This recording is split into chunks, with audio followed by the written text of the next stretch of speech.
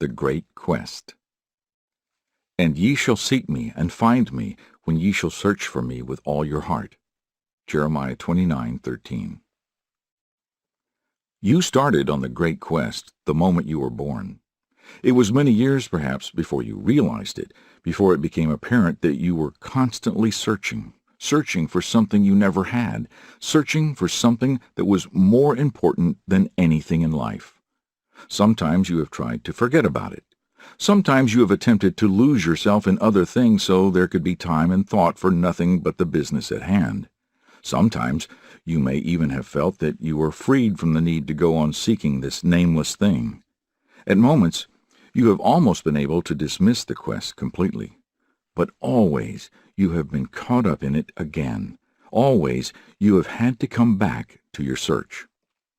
At the loneliest moments in your life, you have looked at other men and women and wondered if they too were seeking something they couldn't describe but knew they wanted and needed. Some of them seemed to have found fulfillment in marriage and family living. Others went off to achieve fame and fortune in other parts of the world. Still others stayed at home and prospered, and looking at them, you may have thought, these people are not on the great quest. These people have found their way. They knew what they wanted and have been able to grasp it. It is only I who travel this path that leads to nowhere. It is only I who goes asking, seeking, stumbling along this dark and despairing road that has no guideposts.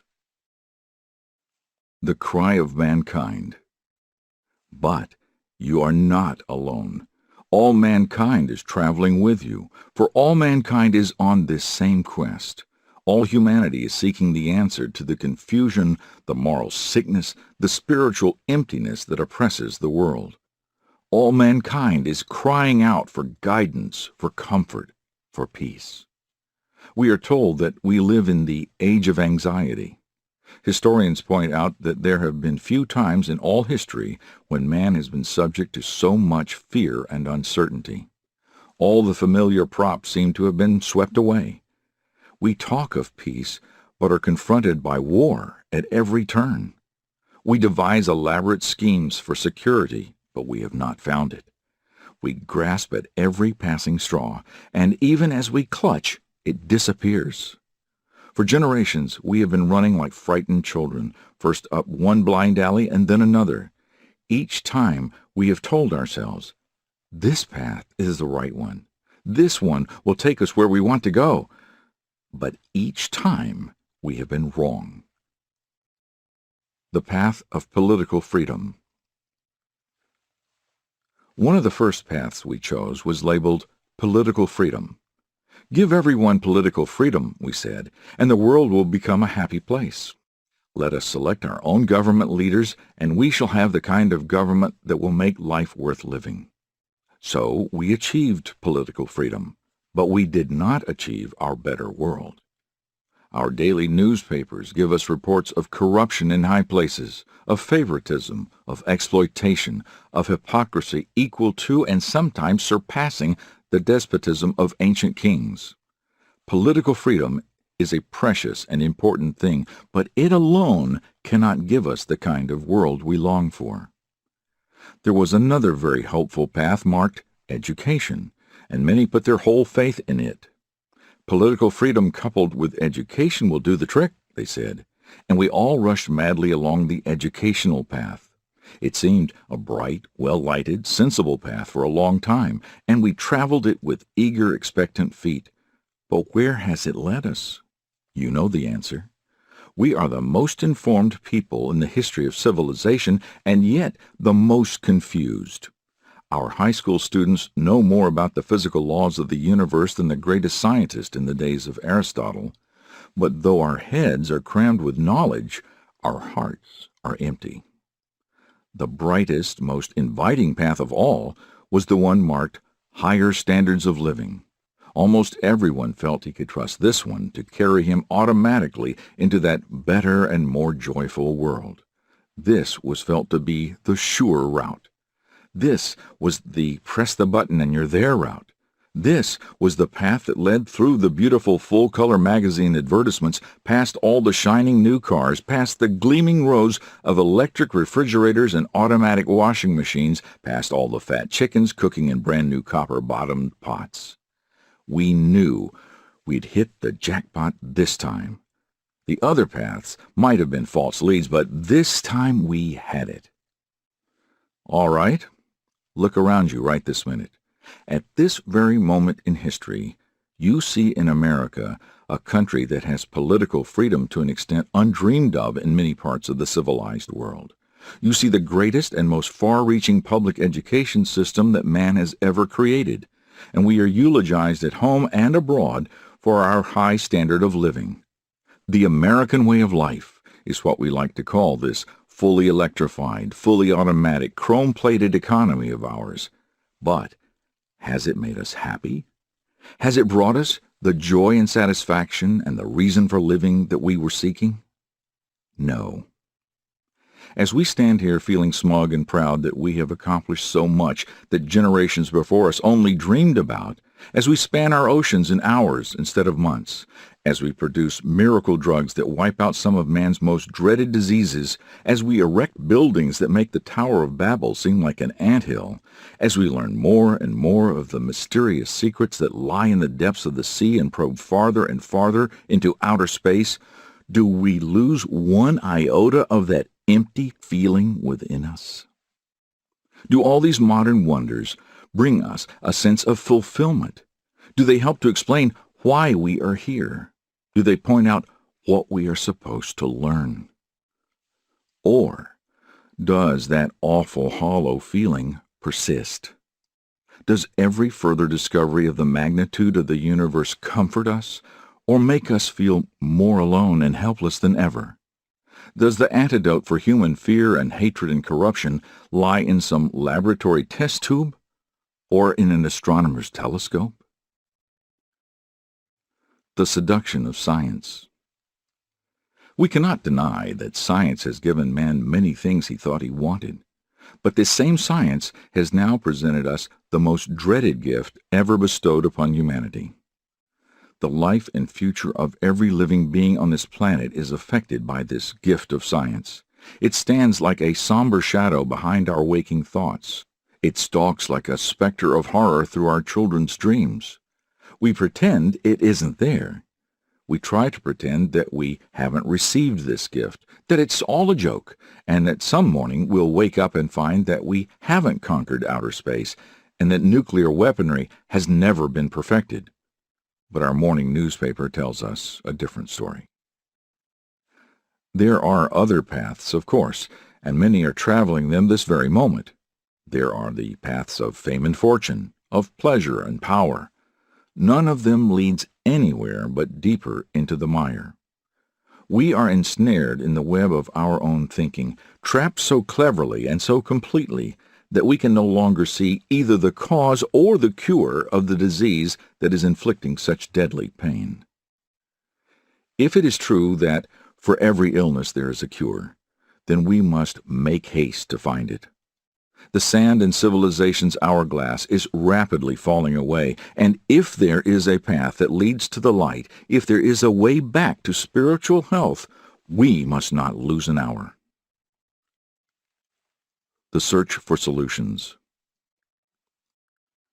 Many are floundering in this time of crisis and finding their efforts are leading them not up, but only further down into the pit. The suicide rate skyrocketed in the 80s. For children ages 10 to 14, the suicide rate tripled over a period of 10 years. Leadership magazine estimated that 500,000 people attempted suicide annually, and 50,000 succeeded. In 1981, more people died by suicide than by homicide. Thousands of Americans, many of them teenagers who couldn't find even the wrong answers, took their own lives in preference to wandering any further in this man-made jungle we call civilization. Over the decades, our divorce rates have soared, even within the church, with 1 out of 2 marriages ending in divorce. We spend a fortune to adopt cute Cabbage Patch dolls, while our children are caught up in child abuse or subjected to the horrible atrocities of kiddie porn. We hear about abortion on demand, surrogate motherhood, sperm banks, and so on. Our families are riddled with all kinds of abuses and aberrations. So, where are we, you ask? Where are we now, and where are we going? Let me tell you where we are and what we are. We are a nation of empty people. Our heads are crammed full of knowledge, but within our souls is a spiritual vacuum. We complained in the past that the youth of this country had lost its drive, its push, its willingness to work and to get ahead. Every day I heard parents say that they didn't understand why their children didn't want to work but just wanted everything handed to them. Parents didn't seem to realize that their well-educated, carefully brought-up children were actually empty inside. They weren't filled with the spirit that makes work a joy. They weren't filled with the determination that makes pushing ahead a pleasure. And why were they so empty? Because they didn't know where they had come from, why they were here, or where they were going. Today, our young people are asking for direction and perspective. They are looking for models to follow, for patterns of purpose. They are like rows of beautiful new automobiles, perfect in every detail, but with no gasoline in the tanks. The exteriors are fine, but there's nothing inside to give them power. And so they just sit and rust with boredom. The breadth of boredom. America is said to have the highest per capita boredom of any spot on earth. We know that because we have the greatest variety and greatest number of artificial amusements of any country. People have become so empty that they can't even entertain themselves. They have to pay other people to amuse them, to make them laugh, to try to make them feel warm and happy and comfortable for a few minutes, to try to lose that awful, frightening, hollow feeling, that terrible, dreaded feeling of being lost and alone. You may think that boredom is a minor matter. Everyone gets bored sometimes. It's only natural. But let me tell you something about boredom and this dangerous apathy that is creeping over the land and over the minds and hearts of the people. Man is the only one of God's creatures who is capable of being bored, although I've seen animals in a zoo that look very bored. No other living things except man can ever be bored with itself or its surroundings. This is very significant, for the Creator never does anything without a purpose, and if He gave man the capacity for boredom, He did it for a purpose. Boredom is one of the sure ways to measure your own inner emptiness. It's as accurate as a thermometer for telling just how hollow your inner spirit really is. The person who is thoroughly bored is living and working in a vacuum. His inner self is a vacuum, and there is nothing that nature resents more than a vacuum. It is one of the unfailing rules of the universe that all vacuums must be filled, and filled immediately. A nation of empty people. We do not have to go back to ancient times to see what happens to a nation of empty people.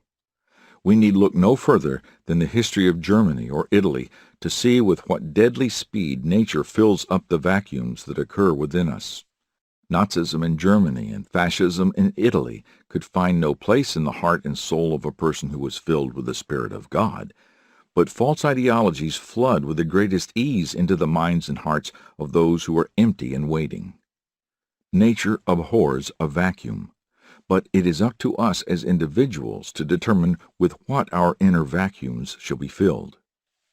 So that is where we stand today, nations of empty people. We have tried to fill ourselves with science and education, with better living and pleasure, with the many other things we thought we wanted.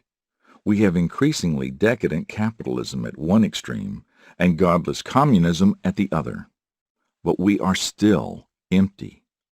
Why are we empty? Because the Creator made us for Himself, and we shall never find completeness and fullness apart from fellowship with Him. In an interview in the Presbyterian Journal, 2 November 1983, The eminent Catholic columnist Michael Novak says of our situation, "Socialism is a system for saints. Democratic capitalism is a system for sinners." That's why he feels socialism won't work in this world. Jesus told us long ago that man shall not live by bread alone, Luke 4:4. But we have paid no heed. We have tried to do just that. We cannot stand the terrible emptiness of ourselves. We cannot look at the lonely, desolate road that lies ahead. We are desperately weary of the hatred and greed and lust that we know are within us, but we are helpless to be rid of them and be filled with something better.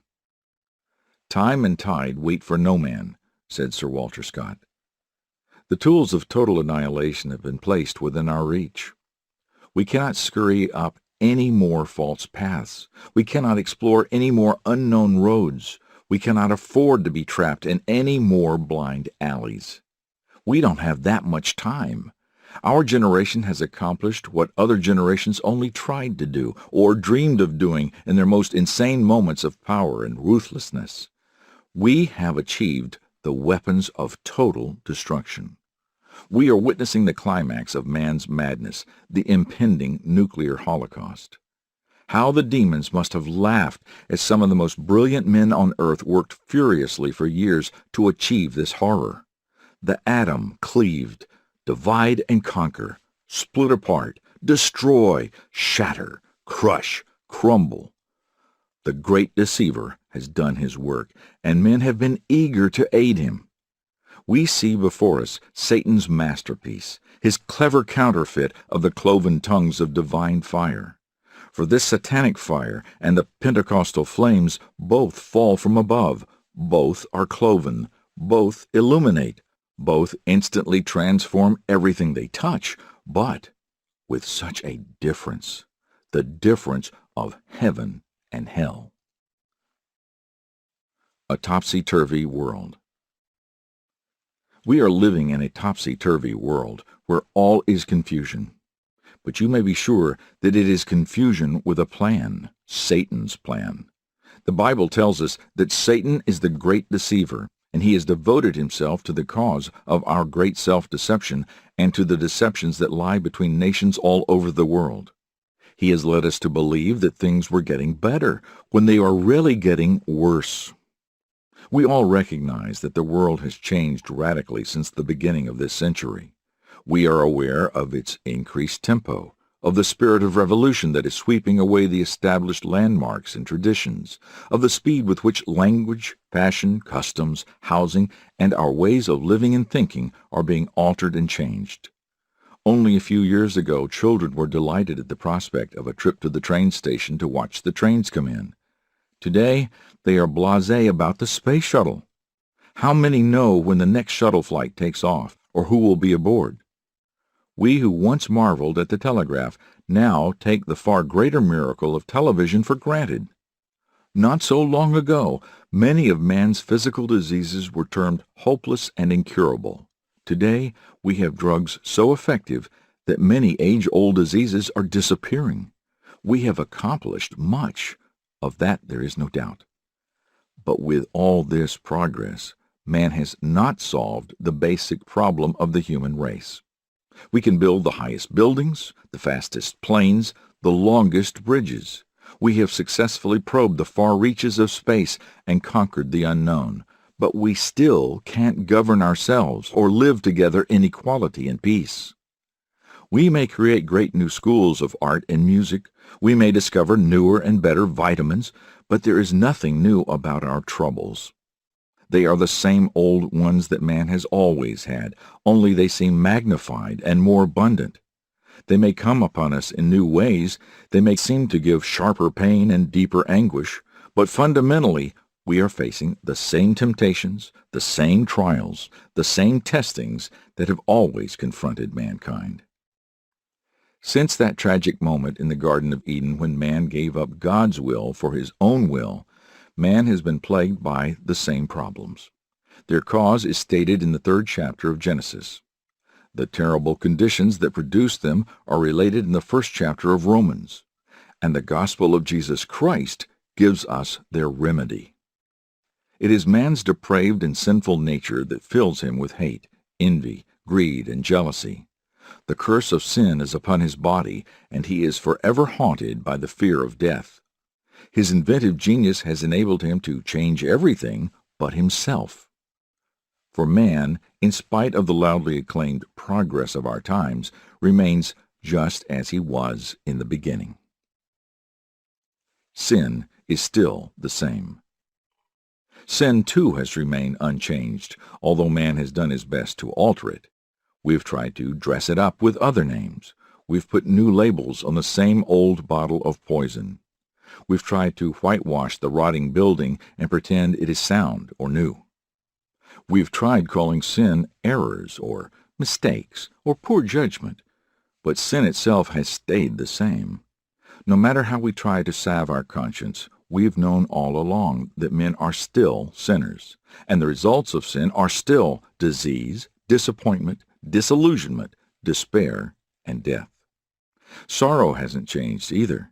It began when Adam and Eve looked with broken hearts upon the lifeless body of their murdered son Abel and knew the crushing weight of grief. It has gone on until today. Sorrow is the universal language of man. No one escapes it. Everyone experiences it. It even seemed to one of Job's comforters that it was the aim of life, for he said, "Yet man is born unto trouble, as the sparks fly upward." Job 5:7. Death is also still the same. Men have tried to change its appearance. We have changed the word undertaker to mortician. We place bodies in caskets now instead of coffins. We have funeral homes instead of undertaking parlors, and memorial parks instead of graveyards. We try to soften the starkness of the last rites, but regardless of what we call it, or how lifelike we make the corpse through makeup, the cold, hard, cruel reality of death has not changed throughout all of man's history. A friend struggling with terminal cancer recently wrote, "It has dawned on me that cancer is not terminal, life is." 3 facts constitute the true story of man. His past is filled with sin. His present is overflowing with sorrow. And the certainty of death faces him in the future. The Bible says, "It is appointed unto men once to die." Hebrews 9:27. And to the average person this seems a stark and hopeless situation. Hundreds of philosophies and scores of religions have been invented by men in their efforts to circumvent the Word of God. Modern philosophers and psychologists are still trying to make it appear that there is some way out other than the path of Jesus. But man has tried them all, and none of them leads anywhere but down. Christ came to give us the answers to the 3 enduring problems of sin, sorrow, and death. It is Jesus Christ, and He alone, who is also enduring and unchanging, the same yesterday, today, and forever.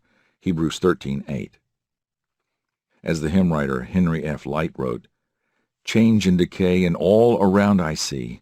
O Thou who changest not, abide with me." All other things may change, but Christ remains unchangeable. In the restless sea of human passions, Christ stands steadfast and calm, ready to welcome all who will turn to Him and accept the blessings of safety and peace. For we are living in an age of grace in which God promises that whosoever will may come and receive His Son. But this period of grace will not go on indefinitely. We are even now living on borrowed time.